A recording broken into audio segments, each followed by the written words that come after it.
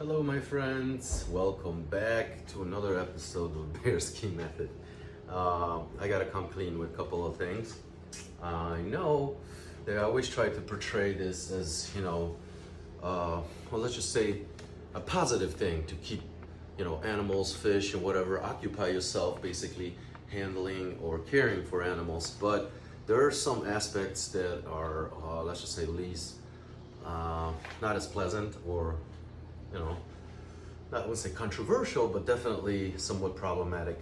And that's agreeing or finding the proper way to take care of your animals. And as you begin to search and you hear a lot of the rhetoric from whoever is promoting whatever, that this isn't good and that isn't bad, and there's risks involved and high costs and all these things. And I just wanted to let you know that the safest way to distinguish what is real or what isn't is basically refer to the Mother Nature's handbook, which is go outside and research and look at what a real animals in outdoors environment or in their natural environment prefer and do to maintain and sustain healthy living.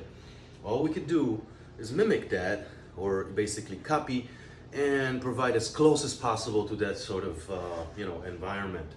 That may include not just the food, but obviously the place enclosure, what they live in, as well as social, whatever, stimulation and so forth, behavioral development as I call it. So to better illustrate what I mean, I begin this channel and showing people basically what piranha in particular, as a predatory fish that lives in the pack, can and is able to do every day. That's what they do. Whether you agree or disagree, whether you promote something else, the truth is this is nature's way. Now, again, the argument may be, well, this is a glass enclosure or a fish tank or whatever you want to call it. This is natural. The prey has no chance to escape. The prey only has two choices. He lives or he dies, 50-50. Now, whether that happens here or outdoors, it's not up to you. Today, the prey escaped. Tomorrow, the same prey will get caught and eaten. So you see, you have to put away your feelings and accept the part where logic really sort of explain what you're able to observe or witness, even here in my glass enclosure, as you guys call it. But even in this presence, in this sort of controlled environment, I was able to bring out the best in this type of fish, the most natural behavior, the most natural occurring or preferred lifestyle. So we choose to do the same for us, for ourselves. We eat better, we exercise, and we choose to surround ourselves with positive, energy, let's just call it that, and eliminate the negatives. And that's all through learning process and discovery and so forth, and science. And we do similar for our dogs and cats and so forth. So improvement, bettering yourself is kind of our objective here. You see, that's why what I'm trying to advocate, or I'm advocating for, is basically everyone to sort of look back and analyze the true meaning of natural order and what that means and where we fit in, and try not to confuse the feelings with the logic, although I know they kind of intertwine for us humans, because we do have a greater level of, say, emotional drawback. Animals don't care so much, and they do have, other type of emotional, emotional whatever aspects of their lives that are maybe a little harder for us to observe. However, we can never deny them, we can never exclude them. We should always include into their, the care they would provide to make sure that the animals do, live out their full existence. I have something new for you guys today. I know I always try to bring in a little variety, but I also wanted to show you more or less, or demonstrate how things can go wrong, or things don't go as planned.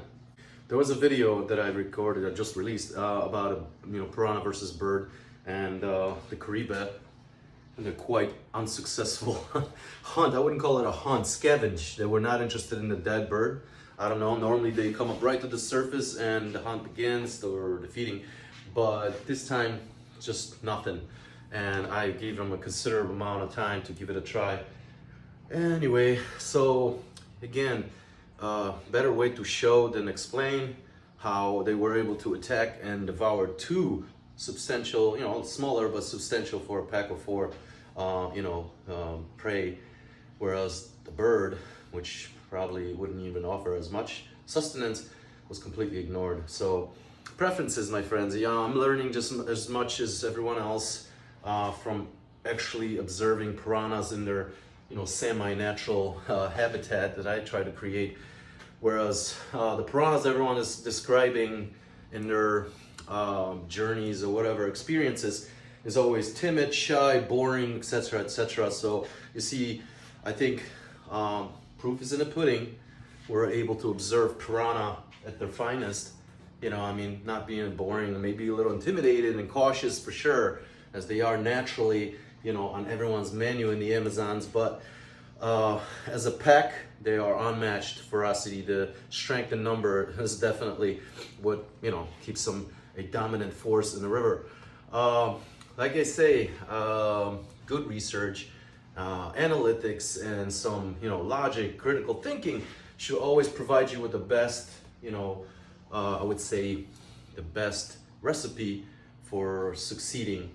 Therefore, I encourage you to set yourself up and your companions for success by simply, you know, following these natural steps. You know, nature knows best, and I bet that many of you have heard this over and over, but what is the point of reinventing a wheel?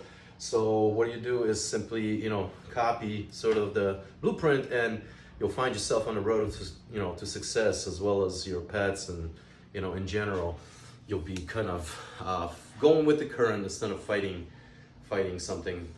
Anyway, let's move on to phase 2 of the video.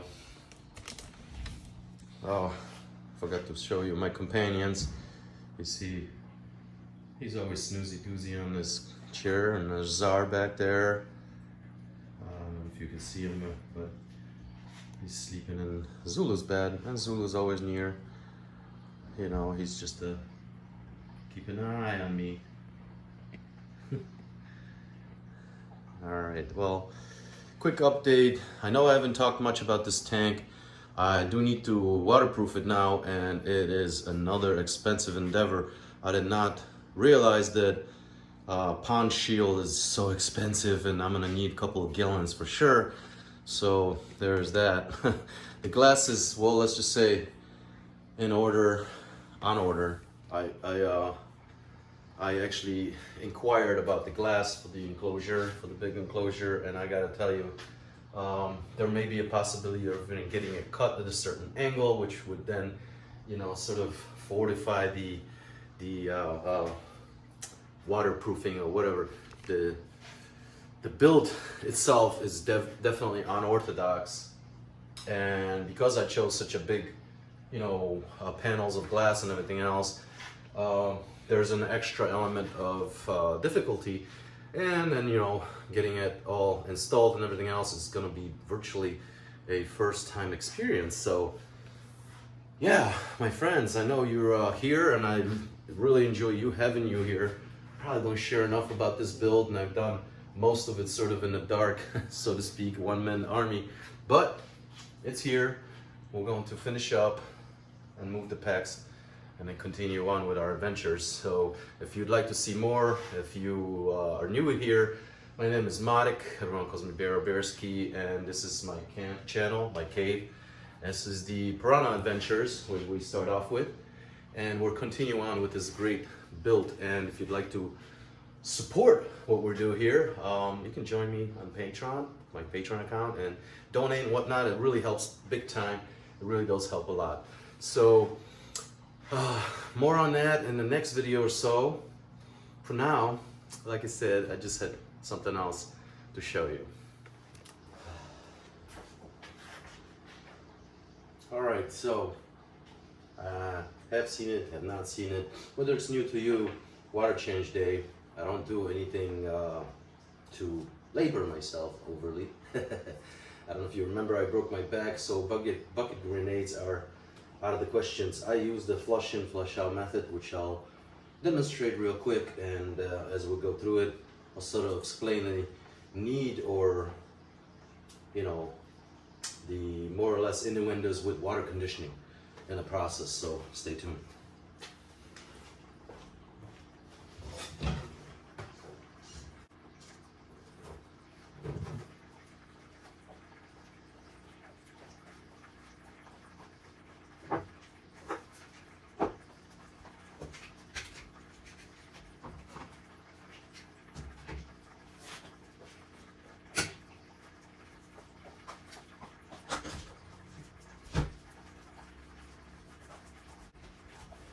Alright. First, secure hose. There we go. There.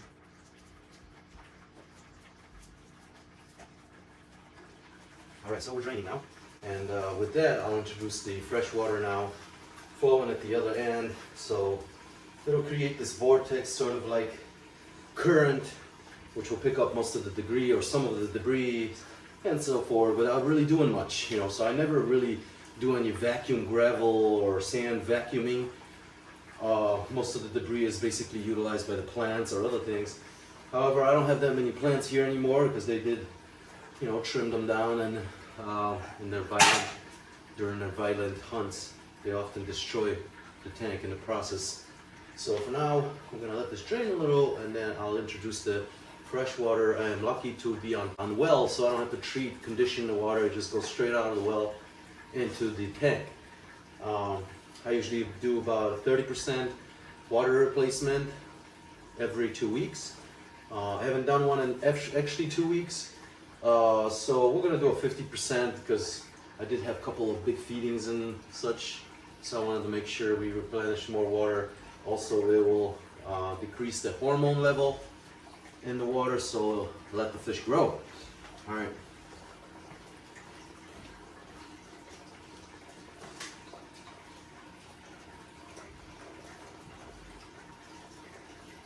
Sorry, there's always something going on. You know what I'm saying? So here we are. The son is in e-learning right now, so I gotta be on top of that. E-learning, my friends.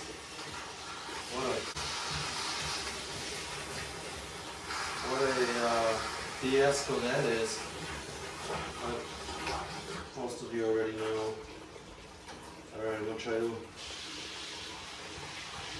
secure this more or less. I chose the shorter hose because it gives me better pressure.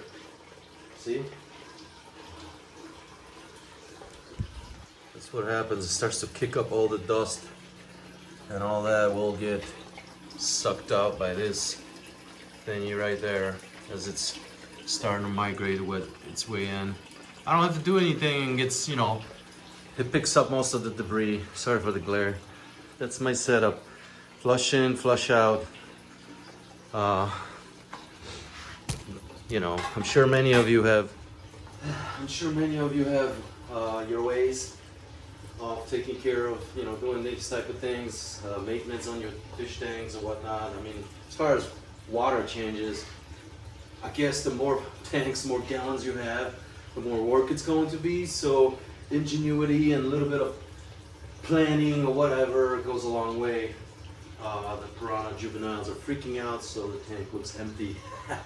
But it's doing its thing. We're gonna let this sort of take its course for about 20 minutes or so. The water's never really gonna drop anymore because it's refilling, but the water is indeed getting exchanged. So that's it. That's the setup as far as water changes in Bearski piranha. But I also do this redirection of the current or flow just to pick up any and all additional, you know, things. Here I'll create a little extra of a waterfall, which will push everything from this end towards where the hose is attached.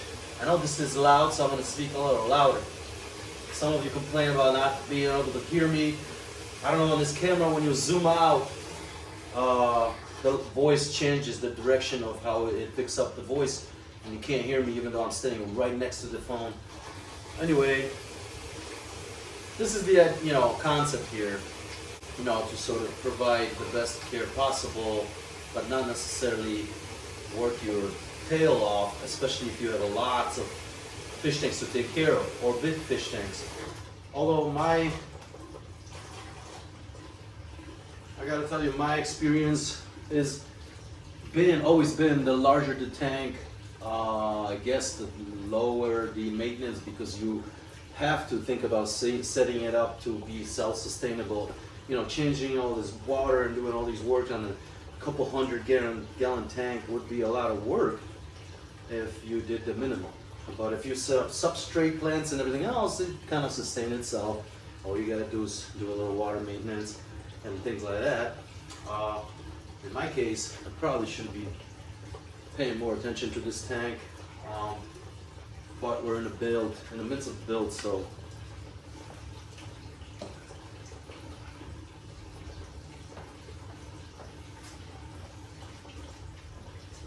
water in this tank is substantially colder than here. This is 80 or 79, and this is 72. See, there's more of them, and I'm trying to keep the aggression level low between them, territorial aggression, since there's only so much space and 17 fish plus the 2 placasimus to share, with. These guys, there's 10 of them, 20 gallons a pop virtually, and they are kind of equating, raised since little 3/4 fries. These guys are all a mix of different fish from different locations and different ages and stages of life. So that's what's going on. But now I'm gonna let this, like I said, do its thing and return back and okay.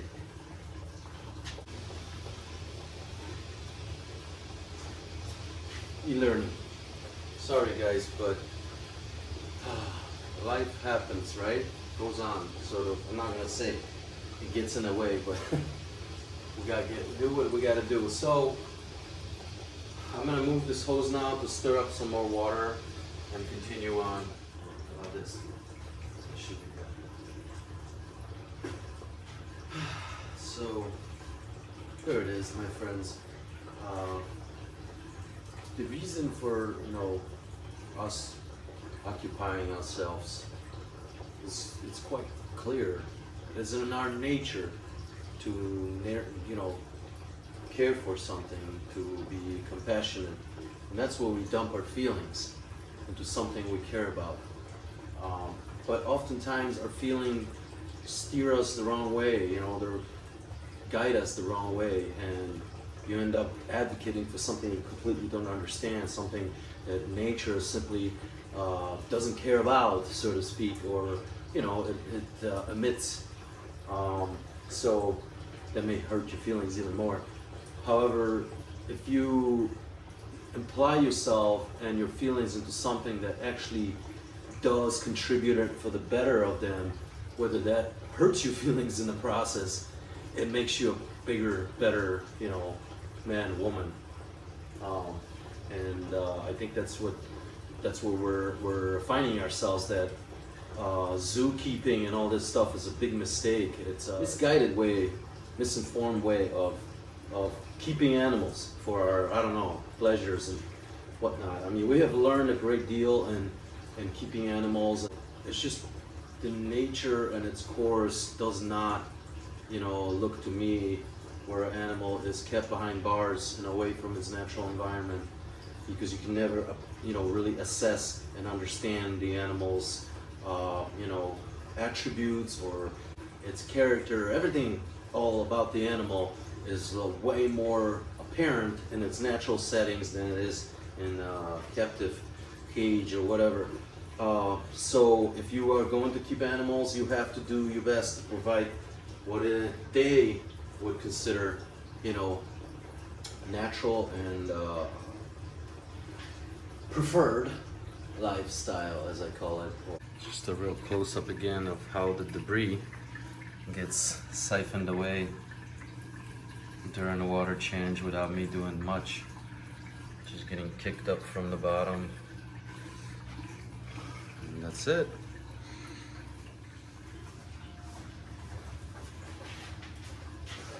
flooded. Flooded. Climb up. That's his position. He likes to be on. Support himself up, prop himself up. Right.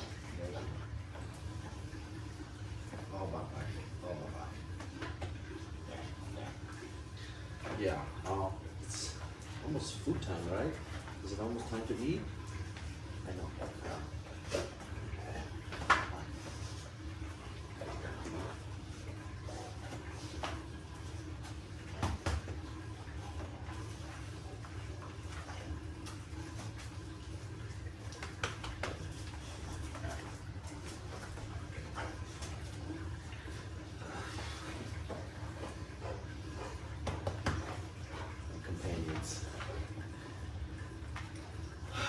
So we're almost done. I just did an extra stirrup again. I wanted to show you that, you know, as much as you don't do anything, you still have to pay attention. Hose may slip out or whatever, which has happened here. This clamp gave out because of the pressure and flipped out and almost cracked the window of this metal piece. Swung and like literally missed the glass by an inch. And it went flying all over the place. So stuff happens, you know. Like I said, it's not all victories. There's a lot of learning. Whoa, these guys are freaking out. I gotta show you. Look at these guys. They're really. Let's try that. They're really just getting their dance on with the sunlight. Rook's really washed out with this lens, but. So there it is.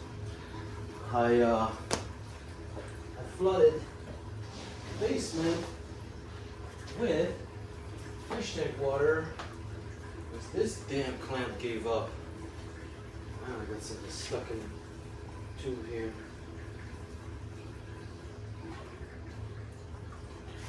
Definitely not all wins.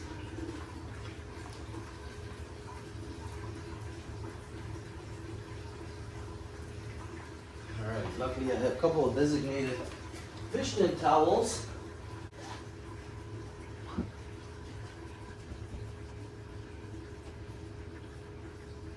Oh, alright. Not too bad.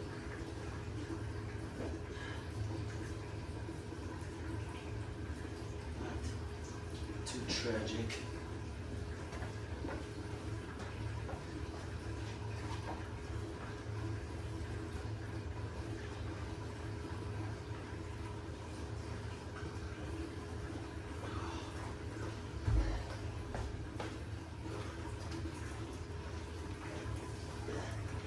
Well, it surely puts things in perspective, my friends.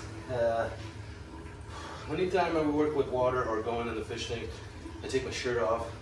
Because you never know what kind of chemicals may be in a shirt, detergents, whatnot, that you can introduce into your pristine and controlled environment and kill off all the fish. So I'm going pretty much bare skin. And with situations like this, you see, I mean, we had it all under control, you gotta watch it, blah, blah, blah. Meanwhile, the hose flipped up and the water was kind of gushing upwards and spilling against the tank's sink. So it wasn't like totally falling over, but it was sort of splashing about and enough to flood that area, you know. Again, it puts it in perspective. Can you imagine if this thing springs a leak, 1,200 gallons and whatnot, how I have to sort of mitigate that? How would I reroute the water? Obviously I have to drain the water. I have a shower back there, so I'm thinking about running a PVC runoff water pipe sort of evacuation emergency draining system for this 1,200 gallon. In case there is a leak, I can just open the valve, drain the tank into a shower, drain there, and seal it up, whatever. Either way, you know, just a little bit of planning to make sure that this 1,200 gallon thing doesn't cause some major, you know, malfunction, and my wife will have my Nah, it's just, you know, more work for me. That's how it is. I'll end up doing all this, fixing it, if I don't plan for it ahead. So we're almost done. See, the water level's returning now because I cranked up the hose to give it more water flow, faster water in than leaving. Therefore, once I hit you know, my proper water level, I will shut everything off. And we're done here. There's still a lot of debris down here that I would like or prefer to see disappear, but we'll do this another time. Almost there, so let's just give it a couple more minutes. What's up? Hey, did you bring me anything? Did you bring anything? Did you bring us anything? Can you bring us some piranha treats? Piranha treats, yeah, I know. He's always inquisitive, investigating fish. Want to get some piranha treats for us? Go out there and scavenge hunt some for us? Yep.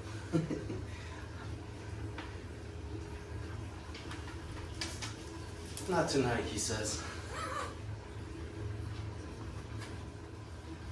Alright, so I'm almost to the brim. I'd say, you know, 2 minutes roughly, maybe less, and it's over. Hey, what are you doing? Let him be. He's allowed to do what you're allowed to do and more. He's trying to assert himself over the cat. And he doesn't understand that the cat has different special privileges.